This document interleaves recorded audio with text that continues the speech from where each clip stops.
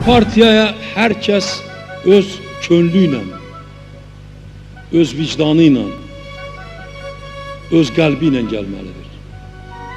Bugün bir də o vaxt bu milli maraqları hər şeydən üstün tutan 91'ləri qeyd etmək istəyirəm. Onların fəaliyyətini yüksək qiymətləndirirəm. Onları Azərbaycan xalqı unutmamalıdır.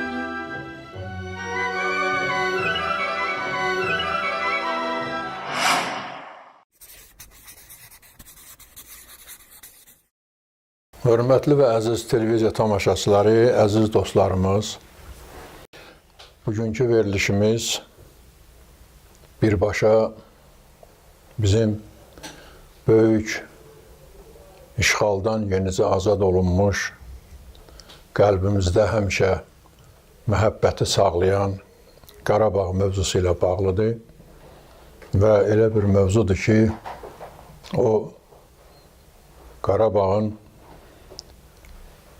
hər tərəfini qarış-qarış gəzən, onun uğrunda mübarizə aparan, müharibəyə yollanan və Dağlıq Qarabağın ümumiyyətlə hər tərəfini çox gözəl tanıyan, orada ilk gənclik illərini keçirdən və orada iş görən, yaşayan bir insanı biz studiyamıza dəvət etmişik.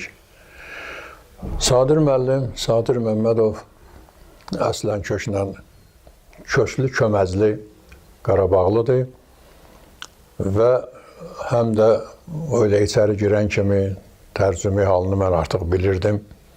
Ona ilk sualım bu oldu ki, Sadir müəllim, siz əvvəllər tarixçi olmuşsunuz. O gülümsəyib dedi ki, bəli, mən tarix dərsini də demişəm. Qarabağda ən möhtəşəm, ən təlatümlü, ən kədərli günlərimiz keçib orada. Elə ondan cəmi bircəsini demək olar ki, 1991-ci ildə xalqımızın çox qara bir xəbər kimi qarşıladığı o vertolyot qəzası, siz onunla bağlı çox şeyləri bilirsiniz və özünüz dediniz ki, bir sırf təsadüf ucundan o vertolyota minə bilmədiniz. Onunla bağlı ilə bir-iki kəlmə danışardınız. Çünki o hamı üçün o mövzu maraqlıdır. Bəli, çox aktualdır və tez-tez o mövzu görürsən tərpədirlər. Bəzi adamlar da məlumatı olmadan özü təsəvvür elədiyi kimi çaş-baş salır hamını. Mən buna görə də 2014-cü ildə 525 qəzetə bir müsahibə verdim, geniş. Və orada da təvəqqə elədim ki, xahiş elədim ki, bu mövzunu bilməyən insanlar çıxıb o həlak olanların qohum əqrəbəsinin qaysaqlanmış yarasını qorpatmasın. Müraciət elədim və geniş şərh verdim qəzetdə. O qəzetdə də şərh verilən yazılar hamısı Rüstəm Kəmalın, hörmətli bizim profesör Rüstəm Kəmalın tərtib etdiyi kitabda geniş yer tapıbdı. O hadisə bilirsiniz niyə? Mən deyirəm ki, təsadüfdən minməmişəm. Bilirsiniz ki, o vaxtlar ermənilər artıq qışqırmışdı özlərinin o böyük Ermənistan yaratmaq üçün. Eyni zamanda o vaxtları biz Moskva idarə edirdi, Sovet dönəmi idi və Sovet imperiyası dövründə ömrü boyu erməniləri bizə gətirib orada da ürcah eləyən o dırnaq arası o qondarma Dağlıq Qarabağı da yaradan onlar olmuşdular və ermənilər çalışırdılar ki, həmən Qarabağı bizdən qopardalar. Və həmən gün 20 noyabr 1991-ci ildə Qaradağlı cəmaatın ermənilər sıxışdırıb oradan çıxartmışdılar. Mən evləri belə yandırılmasını gördüm ki, Rasuluşu patronun atdılar, ot təyaları yandı, tavlalar yandı. Məktəbi yandırdılar onlar, ortada mərkəzdəki o məktəbi yandırdılar. 2 mərtəbəli binada. Biz çıxan zaman hələ o bina yanmamışdı. Mən dedim ki, Azər gəldi. Gördüm ermənicə gəlir, danışırlar ki, avtomatın var, patronun var, belə söz dedi. Mən görürəm. Kəndin ortası ilə yuxarı avtomatiklərin yanına qaçan zaman həmin o Quliyev İsmail yaralanmışdı. Mənə dedi, məni qoyub qaçma. Mən istədim ki, bunu götürüm, çiynimə aparam. Təxmini 4-5 metrliyindən erməni bayeviki mən gördüm. Avtomat, kamuflaj formasında, maskara formasında. atdı bizi. Uşaqlar da gələndə axırdan axıra evləri yandırmışdılar. Onlar Aqnimyotla 2 meyitlərini yandırdılar. Özləri öz öz meyitlərini meyitlərini yandırdılar. iz qoymamaqdan. Öz gözümlə, öz şahidiyəm, gözüm şahidiyəm. 2 nəfər öz meyitlərini Aqnimyotla yandırdılar.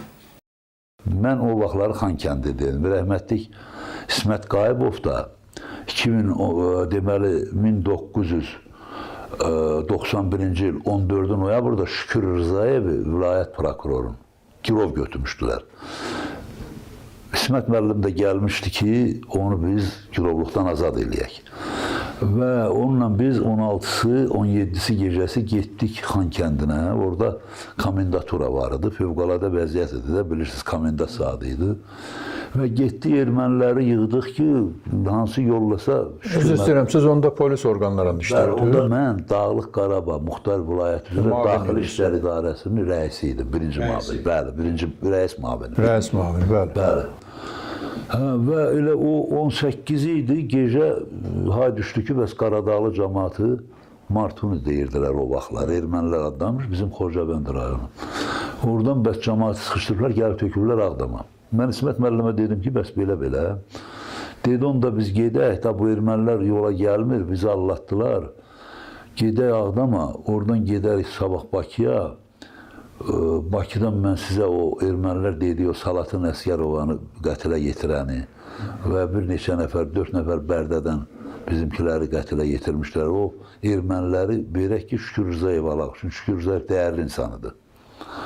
19-unda gecə gəldik, biz uçmalıydıq elə bil Bakıya. Dedilər ki, bəs Bakıdan komissiya gəlir.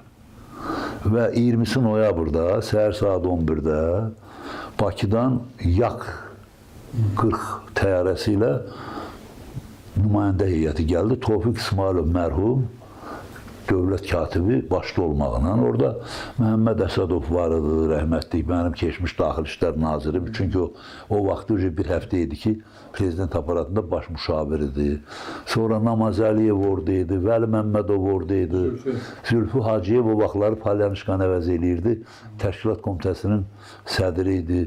Yəni bu tərkibdə hamısı var, məndə siyasi adları var. Gəldilər və Xuraman Abbasova var idi, Sparkomun sədri, onun kabinetində, xidməti otağında iclas çağırdı. Eyni zamanda vilayət komendatı Jinkin, mənim Daxili İşlər İdarəsinin rəisi general Kovalyov, Dövlət Təhlükəsizlik Komitəsi üzrə İvanov və vilayət prokuroru Plavskidə Xankəndindən gəldilər, gecikdilər. Tofiq İsmailov çox emosional adamıdır. Əlim vurdu stola, dedi, niyə gecikmişsiniz? Siz günahkar, cəmaat gəlib tökülüb bura, deportasiya ediblər. O da yalvarışdı, dedilər ki, yox, biz bunu qaytararıq, yerində olar, filan. Yox, biz bugün bu məsələni həll eləməliyik. Vaxt çəkdi, nəysə, saat 1-2-yə işləmiş və əlim vurdu stola, dedim, transport verin. Komendant Jinkin dedi ki, bəs mənim bir vertolyotum var, helikopterim. Bayağı oydu, onun hər bir şeyi var, birdən odur. Deyir, o gedək. Hamı durdu oradan, dəstəklə tökülüşdük zaten aeroporta. Ağdamda hava limanına. Helikopter oradaydı. Və hamı minir, Əsədov rəhmətlik, Məhəmməd Əsədov durub vertolyotun qabağında minənləri yolu. Mən də papqa ilə yürürəm ki, çatdıram, gəldim, elə mindim, dedi, düş aşağı, dedim, bilib baxdım da indi nazirim olur, dedi, adam çoxdur, sən qal gəlirik. Və beləcə oluşdu, hamı getdi, 22 nəfər də pilotlarla birlikdə. Və biz gözlədik, Xuraman Abbasova dedi ki, Məmmədov, sən yaxşısan, gələndə çörək hazırlatmışam, qonaqlar çörək yesinlər, baxma səhərdən. Saat 4-dür, xəbər yoxdur. Xuraman xalım bana baxır, mən ona baxıram, mənim də heç kimlə əlaqəm yox. Bir də gördüm ki, bir sürücü gəldi, Vidadi adında, o komendant Jinkinin mavini, sərhəd rayonlar üzrə Kuşnarik var idi, komendantın mavini Polkovnik. Bunu gəzdirirdi, o taksilər ayırmışdılar Ağdam avtobazasından ona. Onun sürücüsü gəldi, Sazımlar, bunlar sizi, dedim, nədir? Dedi, bəs Kuşnarik Rasiya ilə xəbər verib, deyib, Məmməd Odusaf, qoy bütün skor pomoşları yıxsın Mərzili postuna. Hə, dedim, nə olub? Dedi, vallahi bilmirəm. Həmən nə qayrım, Rasiyanın, dedim, vuruflar, deyəsən deyir, vuruflar, yaralılar var, nə var, deyir. Belə mən tez Şuraman Abbasov'a hiç fikir vermeden tez kaçtım piyada zada milisi Ağdam milisine. Oradan telefonu kaldırdım. Kerim adında Daxili İşlər İdarəsinin rəisi vardı. Zaten o Düzey'in növbətçi hissəsinin növbətçisi vardı Kerim. Spotka verdim ki vertolyotu vurublar. Hələ xəbər yoxdur, mən gedirəm hadisə yerinə. O da dirənib ki, orada vurublar, nətər deyirəm, bilmirəm. Mənə məlumat belə gəlib, mən gedirəm hadisə yerinə. Və oradan mindim maşına, oradan göstəriş verdim ki, skor pomoşları yığılsın ora. Getdim, uca qaranlıqlayır. Noyabr ayıdır, uca qaranlıqlayır hava. Yoldan da o hava xətti ilə mən xəbər verdim Aksuyun Perivalındakı qayıqçısı dururdu, bir yaşlı kişi. Adı yadımdan çıxıb. Oradan tuturdu, hava linyası ilə, bu rasiya ilə.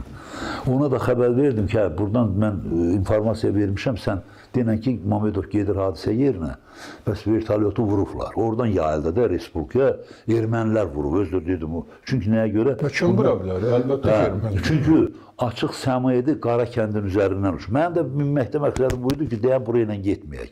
O palyanışqa bicidir. Deyirdi ki, gedirik biz, məsələn, Hadruta. Belə qoyurdadım. Qalxırdıq havaya qalxanda deyirdi, sür belə mardakirdə. Belə işləyirlər, razvedka edir. Nəysə, bunlar lavabo gediblər belə. Gecə çatdım, qaranlıqdı, məcbur elədim, Kuşnarıq gəldi. Orada post var, axı, buraxmırlar. Dağ yanırdı. 2 ton kerasinlə. Gecə ilə getdik, orada Kuşnarıq post qoydu, qaranlıqdı, heç ara görünmür. Dedi ki, jivoy heç kim yoxdur. Gecə saat 1-in yarısı qayıtdıq təzdən Ağdama. Buradan Mütəllibov Palyanşkanı göndərdi. Palyanşka yoxu da oradan 3 ayda çıxmışdı artıq. Zülfü Hacıyevidir də. O da oranı tanıyan adam kimi gəldi. Gecə yığışdıq, səhər tezdən getdik hadisə yerinə. O vaxtları. Getdik hadisə yerinə də baxdıq. 12 dənə meyit tanınırdı tam. Hələ o vaxtları bəziləri çıxdı dedi ki, ay güya ki, Qayıbov sağdı, Əsədov sağdı, Sevandasa. Və gördüm yalan söhbətləri, çünki özüm öz əlimlə onları tabuda qoydum. Canlı? Canlı, bəli, bəli. 3-ü papriznakam, 7-si də ekspertiza o cəsəd kimidir. Elə bir yanıb götürürdülər ekspertizaya. Bildi ki, hamısı buradadır. Sonra da getdik bunları Ağdama. Ağdamda bana 3 nəfər tapşırıq verildi. Tofiq Kərimov vardı, nazir əvəzi. Dedi ki, sən prezidentin göstərişi getməlisən, bunları aparmalısan Rusiya. Bana Gəncədən təyyarə ayırdılar. An-24 hərbi təyyarə. Jinkin komendant Minvodda düşürtdüm. Kaçerov Daxili İşlər Nazirliyinin nümayəndəsi idi. Moskvada pasatka elədim, düşürtdüm. Bu ucu artıq noyabrın 23-24 olardı. Və axırıncı pasatkanı elədik Nijni Novgorodda, o vaxt Gorki şəhəri idi. Kavalyov mənim rəisim. Sonra göstəriş gəldi ki, bəs sən qalmalısan. Dedilər 9 gün qalmalısan, onlar da 9 gün adətinə. Yəni ki, bu açıq səmada gedib, açıq səmada bizim Respublikanın ən seçmə ziyalıları, güclü insanları bax orada həlak oldu. Mən deyim ki, ondan sonra Azərbaycanda bütün vəziyyət qarışdı.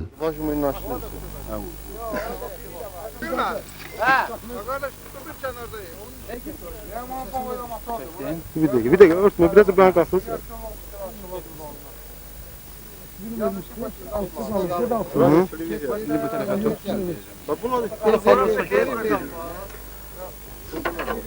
Hüseyinzade Arif İsmailoğlu. Ha bu yok, siyahda yok. Biz orada yok. Çıkışımızdaydı.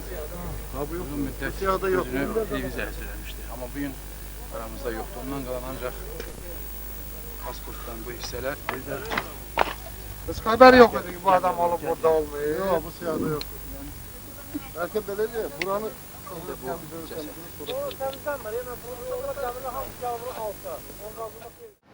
Слово предоставляется заместителю начальника управления внутренних дел НКО, полковнику милиции Мамедову Садиру Сурхайловичу.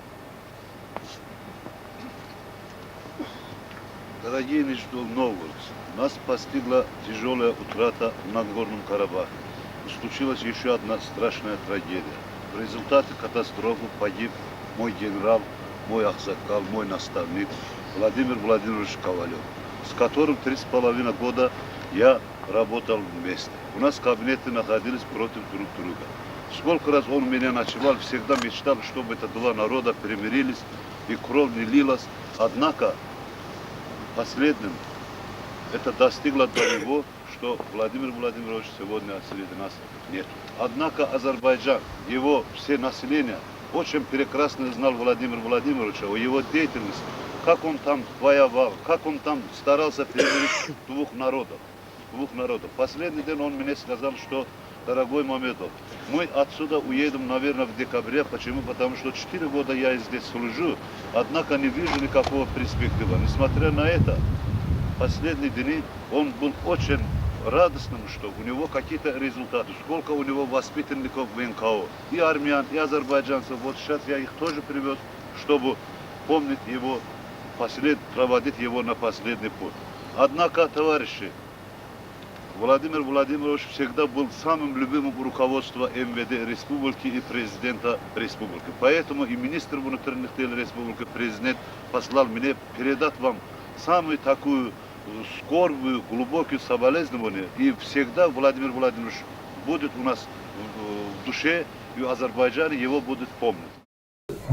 Sadir müəllim, çox sağ olun. Siz Yəni qısa dedim də. o günləri yaxşı ki dediniz, gözəl dediniz. Yəni ki, başqa cür söhbətlərə son qoyuldu sizin sözünüzdən. Çünki siz artıq orada, həm orada o vaxtki milis orqanlarında yüksək vəzifə tuturdunuz. Yəni necə deyirlər, işin içində olan, hadisələrin gedişində olan bir insan kimi bütün hadisələr sizin gözünüzün qabağında olub. Hamısının canlı şahidisiniz, çox sağ olun. Bu barədə danışdınız və bu məsələyə böyük bir aydınlıq gətirildi. Sadir müəllim, siz ondan sonra bizə məlumdur ki, ondan sonra da yenə də polis, milis orqanlarında fəaliyyətinizi davam elətdirdiniz. Gəldiniz, nəqliyyatda işləmisiniz, sonra narko biznesə mübarizə idarəsində mavin olmusunuz.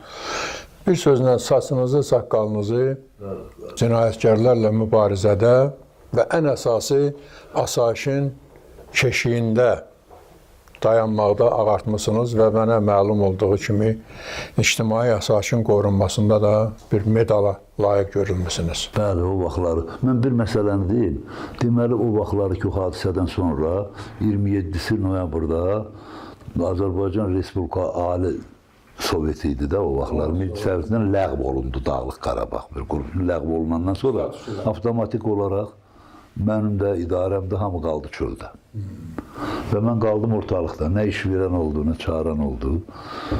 Və Tahir Əliyevi gətirdilər, qoydular 24 dənə rayonun birləşdirdilər, qoydular rəis 24 rayon Qarabağ üzrə çox böyük qüvvədir. Mənə təklif elədilər ona mavin getməyə, Tofiq Kərim. Dedim, mən işləyənmərəm mavin də, mənim vərəmin öz xarakteri var. Və qaldım ortalıqda Sərəncamda. Sonra ki, bu xalq cəbhəsi gəldi, o vaxtları yaxşı ki, Ulu Öndər gəldi. Yaxşı ki, Ulu Öndər qayıtdı. Azərbaycan dağılırdı. Azərbaycan xanlığa gedirdi. Mən sizi inandırım ki, öz başınalığıdır, qrupbalardır. Ağdamın özündə 5 vuruşan dəstələr vardı. Rəhmətli Firidasidir, Allah verdiydi. Eldar Bağırovudur, o tərəfdə General Ərşadıdır, sonra Şirin Mirzəyev falan. Bunların da Qatır Məmmədidir, oğlu da milli qəhrəman oldu. Hamısı cəsur insanlardır. Onları birləşdirmək mümkün deyildi. Yoxudur lider. Ölkəni idarə edən, qabaqda gedən bir lider yoxudur ki, birləşdirək ki, bir qüvvə kimi bu ermənilərin məsələsinə baxıla. Yoxudur. Yaxşı ki, Ulu Öndər gəldi. Mən qaldım ortalıqda, mən İskəndər gəldi nazir olanda çağırdılar, Ağdəriyə təzdən qoydular. Ayağım yüngülüdür. O vaxtları Ağdəri alındı. Var, o lütufda zadda olmalıdır. Orada yazılar var hamısı. Ağdəri alındı, getdim Ağdərədə oturdum. Sonra mənim çox mübahisəm düşdü bu qarətlə bərabər. Məni çıxart İskəndər 24 gündən sonra. Çünki hamı qarətə gəlir, qabağını kəsirdim, atışmaz var. Ta qaldım belə, getdim köhnə vətən deydim, ikinci vətən Özbəkistana gəzməyə. O vaxt Qıdilən məni dapros eləmişdi, Qıdilən Özbəkistan məsələsi. Orada Tacixanov var idi, Utqurəkək Akademiyanın rəisidir, tanıdıqlarım onlardır. Və getdim onun yanına, görüşdük, elədik. Dedi ki, dedi, biz səni deyir, orada izləyirdik. Qarabağda. Mənə qayıtdı. Danışdım da belə-belə. Dedi, niyə gedirsən? Gəl də, gəl səni. Dedi, burada müəllim işdə müdafiə ilə, təcrübəm var. Daha rast ilə qədrini bilməyiblər. Və mən də getdim, o da mənim baş müəllim. Sonra O çok bir yaxşı məqam oldu. İndi yəqin uzun olacaq bizim bu danışığımız. Bir gün mən uşaqlara aparmışam formada, Falconi formasında. Tələbələrə apardım təcrübəyə, qaydanda Sumdan çıxırdım, mərkəzi verməkdən. Bir də gördüm qarşımda belə bir mikrofon, Peredaça impuls. Ki, bəs Özbəkistan haqqında nə fikirləşsiniz Daşkənddə? Mən də dedim ki, kalkmıyat fikirləşim, Özbəkistan zəhmətiyeş xalqda axşam buna Quvacayemi prezident İslam Əkə danışdı, belə elə Özbəkcə danışdım, 2 dəqiqə keçdim, getdim evə, 6-da bu Peredaça getdi televizorda.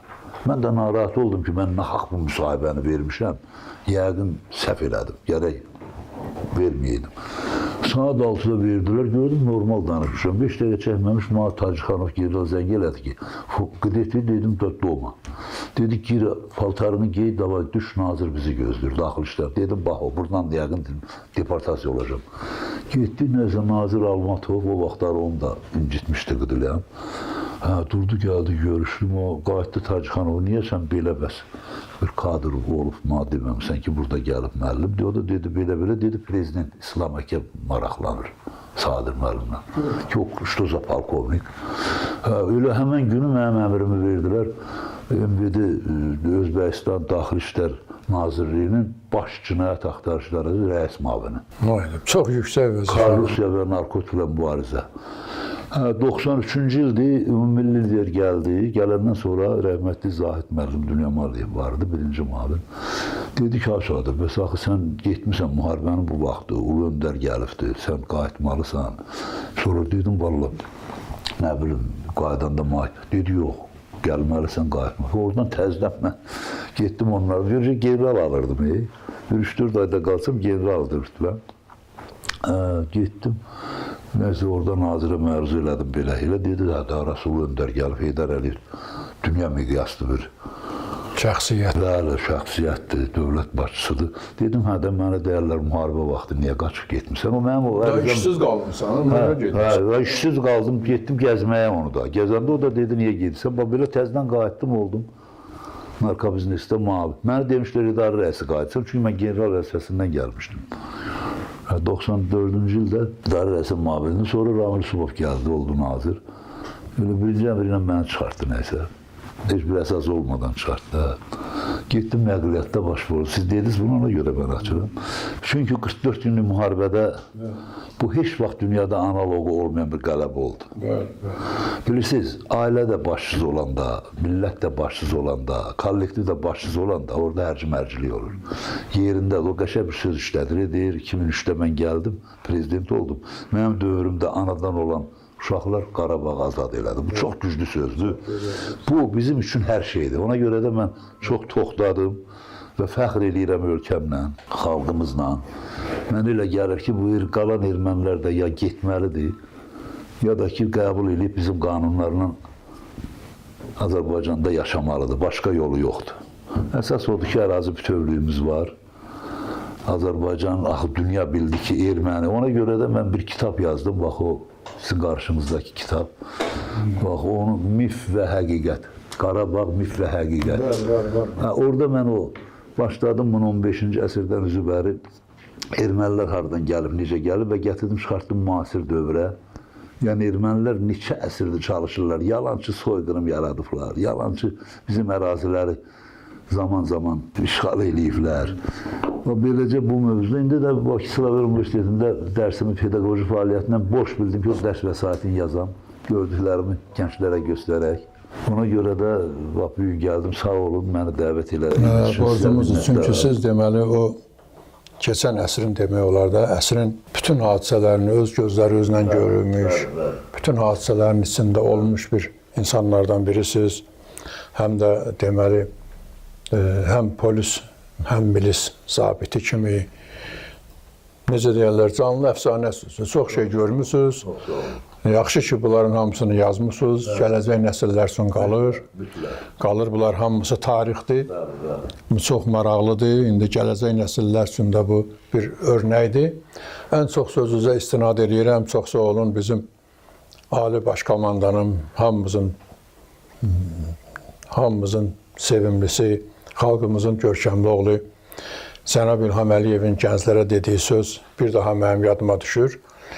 Bu kitablardan gördüyünüz bu hadisələrlə bağlı bu kitablardan da bizim gənc nəsillər yəqin ki bir şey götürəcək, hadisələrlə tanış olacaq və biləcək ki, xalqımız, doğma Qarabağımız nə boyda zərbələr altında qalıb, başına nələr gəlib, bu sahədən siz hamısından keçə gəlib çıxmısınız. Nə etməliyik ki, vətən torpağı bir daha yad əllərə düşməsin, yəni vətən torpağını biz qoruyaq, əbədi qoruyaq, əbədi saxlayaq. Onun üçün sizin bir hərbiçi, döyüşçü tövsiyəniz gənclərimiz üçün örnək olar. Bəli. Mən əsas onu demək istəyirəm ki, əlbəttə bu qələbədə bizim şəhidlərimiz o torpaqları müqəddəsləşdirdi. Müqəddəs torpaqdır, onlar o müqəddəsləşdirdi o torpaqların hər qarışını. Şəhid ailələri, şəhid anaları, şəhid valideynləri, biz onlara həmişə baş əyməliyik. Çünki onların xidməti vətən uğrunda, torpaq uğrunda gedən və biz gənclərimizə keçmiş tariximizi oxumaq savadlı, dövlətə sədaqətli. Gördünüz, qısa bir müddətdə prezidentimizin ətrafında hamı birləşdi. Bütün siyasi partiyalar, ot püskürən o partiyalar da birləşdi. Deməli, xalq yerindədir, vətən yerindədir, lider yerindədir. Bəli, ona görə də gənclərimizdən, bax görürsünüz, bu müharibədə gənclərimiz özünü can atdı ora. Bizim yaşımız gedib də biz qıraqdan nəysə kömək eləyə bilərik. Allah gənclərimizə uğur versin. Prezidentimizin də dünənlər onlarla görüşü Gülüstan sarayında. Gördünüz ki, nə cür qiymətlər verildi və bizim gənclərimiz sağlam gənclikdir, onlar öyrənməlidir, vətəni sevməlidir, valideyni sevməlidir, ailəni sevməlidir, torpağı sevməlidir. Və əsas məsələdə prezidentimizin ətrafında hamı bir nəfər kimi birləşməlidir. Sadir müəllim, çox gözəl deyirsiniz. Siz həm də bu dəqiqə Gənclər Ocağında, Slavyan Universitetində kafedra müdürüsünüz, orada işləyirsiniz. Yəni bütün gününüz gənclərin içində keçir. Yaxşı olar ki, bütün bu barədə tez-tez gəncləri arasında təbliğat aparasınız.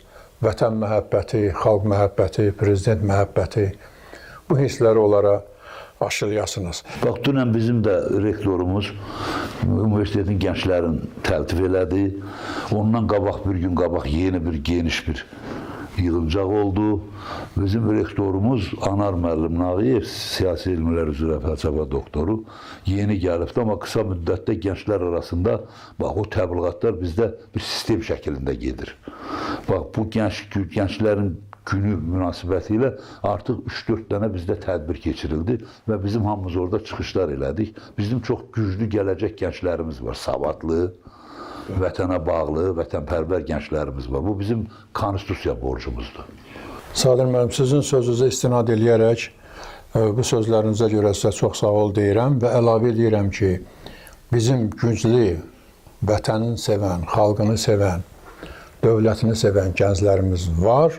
Və deməli, bizim gələcəyimiz daha parlaq, daha etibarlı, daha ümidlidir. Ona görə də sizin sözünüzlə gənclərimizə böyük uğurlar arzulayır və bir daha onları əmin eləmək istəyirik ki, gənclərin də arxasında veteranlar, sizi kimi veteranlar, necə deyərlər, biraz obrazlı, bədii şəkildə desək, köhnə kişilər durublar və gənclərimizin hər uğurunu, hər addımını izləyirlər və onları biz də həmişə qorumalıyıq. Çox sağ olun. Sadir müəllim, çox sağ olun. Gəldiyinizə görə, hələ mən sizin bilirəm, sinəyiz dolu idi. Sizin xalqa, gənclərə deməyə çoxlu sözləriniz var idi. Auditoriyada deyil. Bəli, biz arzu eləyərdik ki, tez-tez bizim studiyamıza gələsiniz. Yəni, bu televiziya bilirsiniz də qanadlı mətbuatdır. Daha çox yayılır və bizim bu kanal dünyanın hər yerində baxılır. Sizin sözləriniz daha vacibdir, daha tövsiyələriniz daha önəmlidir. Əziz və hörmətli izləyicilərimiz, icazə verin sizin adınızdan qonağımıza təşəkkür elan edək və arzu eləyək ki, tez-tez bizim studiyamızda olsun, öz sözünü xalqa, sizə çatdırsın. Vətəndaşlıq borcumdur. Çox sağ olun, əziz dostlar, bununla verilişimiz başa çatır. Yeni görüşlərə dək. Partiyaya hər kəs öz könlü ilə, öz vicdanı ilə öz qəlbi ilə gəlməlidir. Bugün bir də o vaxt bu milli maraqları hər şeydən üstün tutan 91-ləri qeyd etmək istəyirəm. Onların fəaliyyətini yüksək qiymətləndirirəm.